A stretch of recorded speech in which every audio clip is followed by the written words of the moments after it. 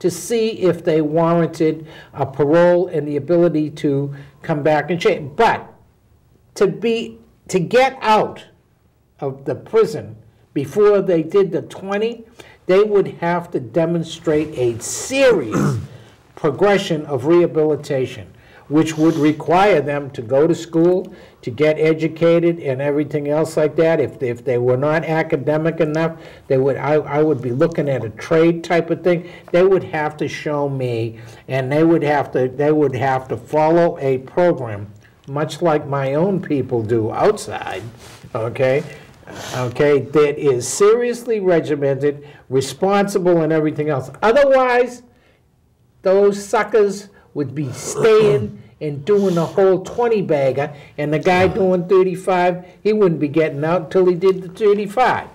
That is my philosophy on criminality, okay? Just so you know, okay? The other thing, okay, I got to end this with the chew thing, okay? And you can yeah. The rest will be on tomorrow night, Friday night at 6 o'clock. I wanted to talk about, Todd Lynch had written, and I read his stuff, and he was writing on the New London Police Department website.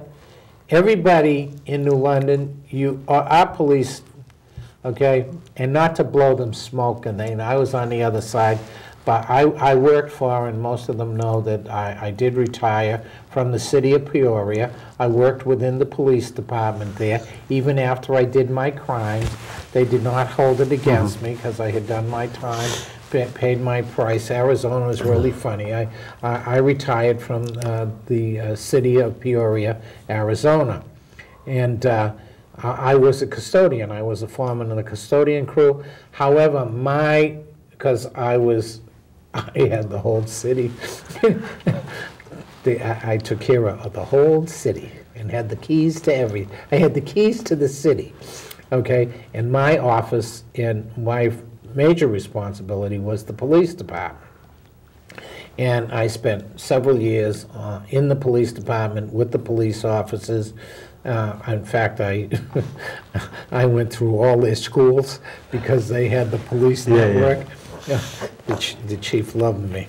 Okay, I was very fortunate in that I was able to see the other side of the coin and be involved. Now I have family that is the other side of the coin, but to see their view, to work with police officers, to see the struggle that they go through and the aggravation, when you're in there with them, you become part of their club. Whether if you work in the department, they're really cool and they're dedicated people because nobody likes the police. No offense, police and fire department. Well, everybody likes the firemen. Everybody likes firemen. Firemen are cool. Okay, nobody likes police until you need them. And when you need them, you hope to God they're there, okay? And you better be friends with them because when you need them, there's a reason that you need them. So, and our guys, I have to say, again, not trying to blow them smoke or anything. Like I said, I was on the other side. Our guys here in New London are unbelievable. They maintain their dignity, their professionalism, working with, no offense, you know what I'm going to say, working for a clown. God bless her, okay, but she is a clown. I know she is. Who, as far as I'm concerned, has ripped off the city all kinds of money. I mean, she's having a party. She's having a party with this mayor that we have here. Outrageous. Outrageous. New London is sandbox. People got to look at here and say, they're ripping off. They're ripping off the taxpayers. Yeah. Unbelievable. A salaried employee. I can't believe it. She's supposed to be a salaried employee, and she gets overtime.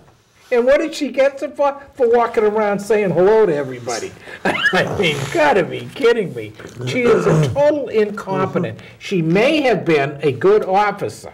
Okay, she may have been, because she, okay, I'm not, okay, but as an administrator, she is a total, just totally disruptive. I know. She is not administrative capacity, although she's going to retire and she's going to collect a bundle, okay, from you people. I wish I could have done something like that. She's pulled off one of the best thefts going, okay? Because that's exactly what it is. She stole your money and is going to laugh all the way to the bank every time she cashes a check, okay? And that clown mayor kept her on. I mean, he's another joke, okay? The Darryl Pinocchio, okay, the liar. He's lied more about stuff than any person I've ever seen. I have absolutely no use for him at all. I think he's a complete incompetent. He may have an excellent academic record in school, but streetwise, he is nothing. He is not. He's a liar, and when he runs, I'm going to have all the things he said. We've got tapes of him. Yeah, we do. Okay, we're going to have all the things he said, and then I'm going to go, bloop, lie, this is what he did. Bloop, lie, this is what he did. Okay, that's exactly what I'm going to do. Okay, and as long as I'm alive and I'm in New London, I won't move out of New London. I'm going to stay here just so I can be around for when he runs next time, so I can be out, and I'm starting early. I'm starting right now. Anybody that votes for this guy, you got to be out of your mind. I mean, look at who he associates. If you got to go back to when they were together, you got to read your papers, and you got to remember the trio, okay, who worked to get poor Michael Bussetto out of here. You got to always remember this trio. The mayor, the chief of police, Ackley, and the obstructionist. What's her name? Oh, Mitchell. The obstruction. Kathy Mitchell. On the you gotta with the emails and all that, right? Three of the biggest losers that you could ask for. And you know, they got it over on you people because you listen to the obstructionist. I mean, that you got to be out of your mind to listen to that obstructionist. She's devastated, single-handedly has devastated your city that nobody wants to come to because they know no business period, nobody in business. I mean, I listen to Bill Vogel. Yeah. Oh, here I go again. It's okay. Okay, wanting to build business and everything else. You people have allowed this type of person to give the shaft to every legitimate organization that wanted to come into this community, and even the Coast Guard Academy, which is all wanted to help enhance and build your city with reputable jobs and serious business. You allowed Mitchell and the gang to shaft the city. I did that without swearing. Yeah, you did. I'm proud of you. Hey, and Father's doing pretty good. Huh? You folks did it, okay? With your votes, you put the idiot in. You know, we got sucked in. I got sucked in. Open confession. Open confession, Father's open confession. He sucked me in. We were one of the first to put him forward and help him, got him on the shows, did all that stuff until we found out that he was a backstabber and a liar and a traitor to the people closest to him. Okay, and he continued doing it. Now, he's been quiet for a while, but it's always the silence before the storm. He's been quiet. I'm going to be on tape, too. I might not be live, but, whatever. God bless you all anyway, so. Okay, here's what I wanted. The other thing I wanted to talk about, and Todd Lynch had brought up, he said, City Ordinance 15-201 explains the purpose of the Board of Ethics, and Adam was talking about this just before, is because the reason they have a Board of Ethics is the public judges its government by the way public officials and employees conduct themselves in the post to which they are elected or appointed, and people have a fundamental right to expect the public officials and employees will conduct themselves in a manner that will tend to preserve the public's confidence in and respect for the government they represent.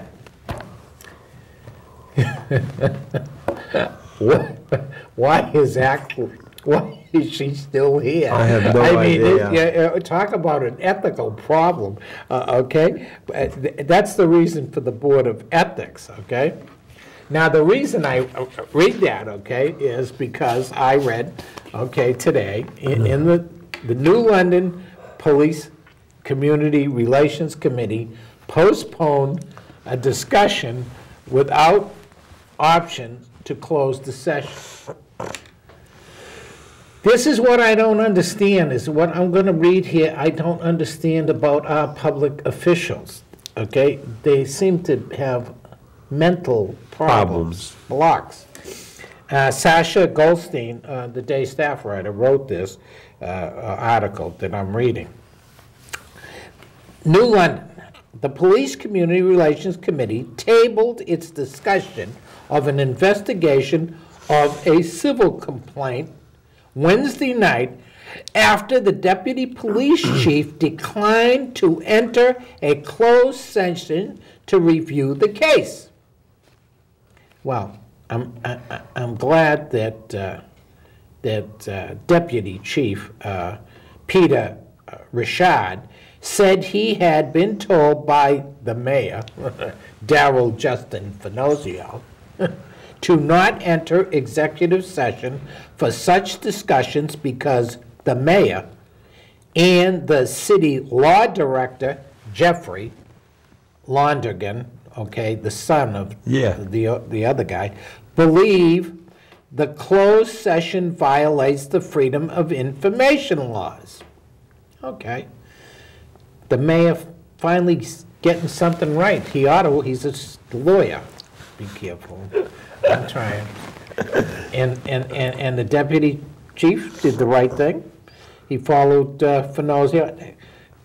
One for Finozio. My God, 1 against 1,000. Okay, Finozio, this is okay. Okay, so far. Zach, everybody likes Zach. Zach Levy, mayoral assistant. He's Darrell's assistant, and Finozio's designee to the police community relations meeting said he too would not engage in a closed session for the same reason. Very, very good. They finally understand something. Somebody told them the law was right, and you don't go behind closed doors. Isn't that what we want? Transparency. You don't go behind closed doors. The committee voted to handle such reviews in executive session came in October. In October, when? Nearly 3 years after the panel was told, you got to listen to this. They voted, okay, nearly 3 years after the panel was told by the then city law director, Daddy Thomas Londergan, that such sessions were in violation. I wonder if they understand the word violation of state, get this, Freedom of Information Act. State law. It's a violation. If any of you clowns working for the city or on that committee don't understand, okay, that you can't go into executive session because it violates state law, which supersedes your stupid charter, okay? Just for your own. And guess what supersedes that state law? Federal. Very good, Bobby. Federal law. Okay, good. Since that March 2010 decision, all discussions had been open to the public.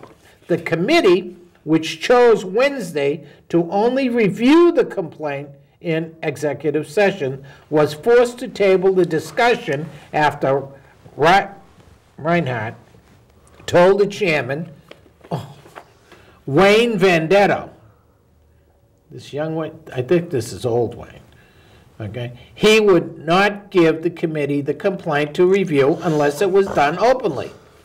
The board members are appointed by the city council and will discuss the complaint at its February meeting. We have not been told by the powers to be that we can't go into executive session, and that comes from city council. Vendetto says. Uh-oh. Wayne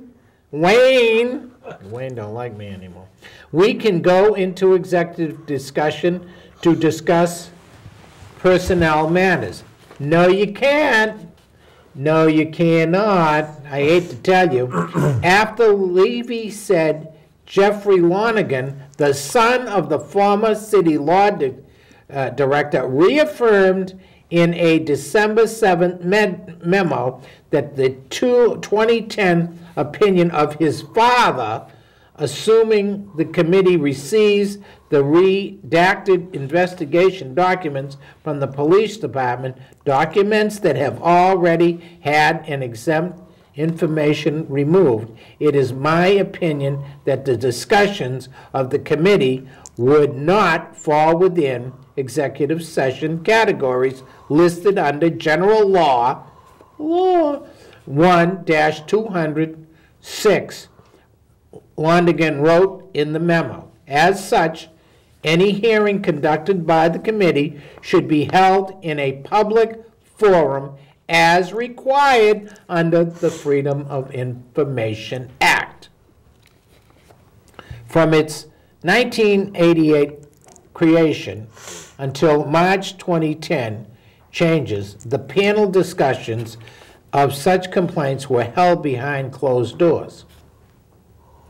Okay, with the committee votes held in public session. The committee is responsible for deciding whether the police department adequately or inadequately investigated a civilian complaint.